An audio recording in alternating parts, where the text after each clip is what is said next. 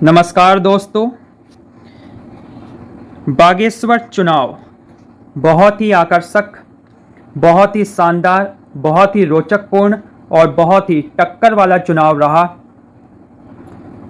चंपावत हो या देहरादून, गढ़वाल हो या कुमाऊं, सभी की नज़रें सुबह से बागेश्वर चुनाव के रिजल्ट की तरफ लगी हुई थी।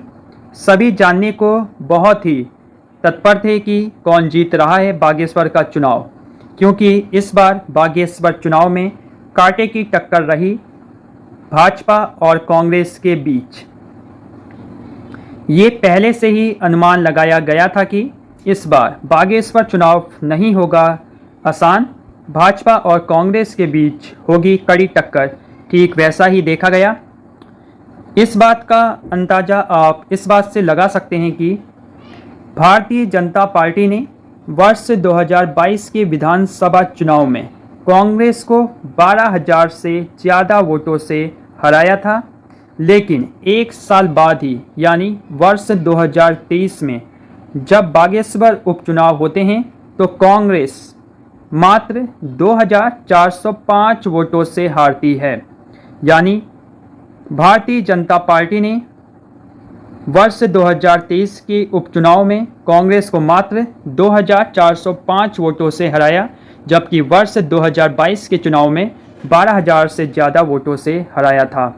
तो कहीं ना कहीं भाजपा का वोटर यहाँ नाराज़ दिखा है भाजपा से, तभी इतना बड़ा अंतर देखा गया है और कहीं ना कहीं भाजपा को नाराज़गी झेलनी पड़ी है। आगे लोकसभा चुनाव है और अगर जीतना है तो अभी से कमर कसनी पड़ेगी, चाहे भाजपा हो या कांग्रेस हो।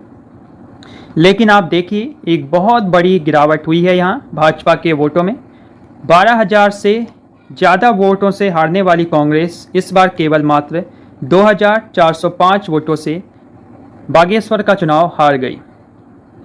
अब ये जादू बसंत कुमार का है या कांग्रेस का, ये तो आप अनुमान लगा सकते हैं, डिसाइड कर सकते हैं।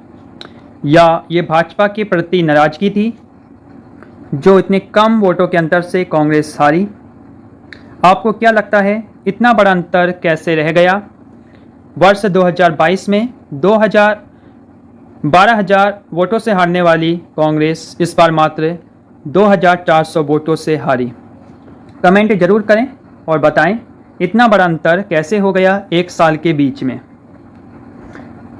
अगर हम भाजपा की बात करें तो इस बार भाजपा को 33,247 वोट मिले और बसंत कुमार को 30,842 वोट मिले और वोटों का अंतर रहा 2,405, यानी 2,405 वोटों से हार गए बसंत कुमार। लेकिन बसंत कुमार का कहना है हम हारे नहीं हैं, बागेश्वर की जनता ने हमें बहुत अच्छा सम्मान दिया है और एक सम्मानजनक स्थिति में पहुंचाया है, हम आगे की लड़ाई जारी रखेंगे। वहीं यूकेडी, अब देखिए यूकेडी के साथ क्या हुआ। यूकेडी को नोटा से भी कम वोट मिले।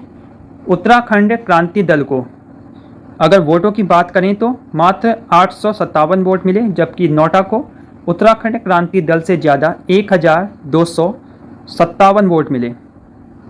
वहीं उत्तराखंड परिवर्तन पार्टी को 268 और भगवती प्रसाद को 637। तो बहुत ही रोचक चुनाव रहा। शुरू में लगा कि कांग्रेस जीत रही है, शुरुआती जो रुझान थे उसमें कांग्रेस थोड़ी आगे हुई थी, लेकिन बाद के जो रुझान आते गए कांग्रेस पीछे होती गई और लास्ट में 2,400 वोटों से कांग्रेस हार गई। लेकिन बहुत ही कड़ी टक्कर दी है यहाँ कांग्रेस ने भाजपा को। 2024 का लोकसभा चुनाव है, सबकी नज़रें इस चुनाव में बनी हुई हैं और माना जा रहा है इस बार कड़ी टक्कर रहने वाली है लोकसभा चुनाव में भी। बने रहिए चैनल के साथ। नमस्कार।